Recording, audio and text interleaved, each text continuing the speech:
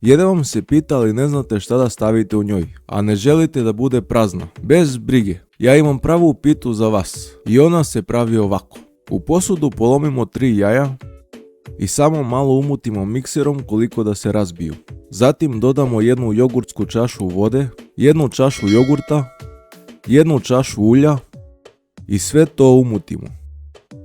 Onda dodamo 1 čašu brašna, 1 kesicu praška za pecivo i sve to promešamo.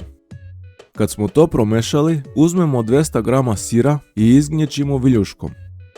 Zatim u sir dodamo 200 grama spanaća i sve to sjedinimo. Nakon toga razvučemo 1 koru za pitu i premažemo prvim filom. Onda drugu koru stavimo preko prve i nju isto premažemo prvim filom. Zatim stavimo treću koru, nju prvo premažemo prvim filom, a zatim nanesemo drugi fil sa sirom i spanaćem. Kad smo premazali pitu, onda je lepo zamotamo i stavimo u pleh koji smo obložili papirom za pečenje. Ponavljamo proces dok ne utrošimo sve kore.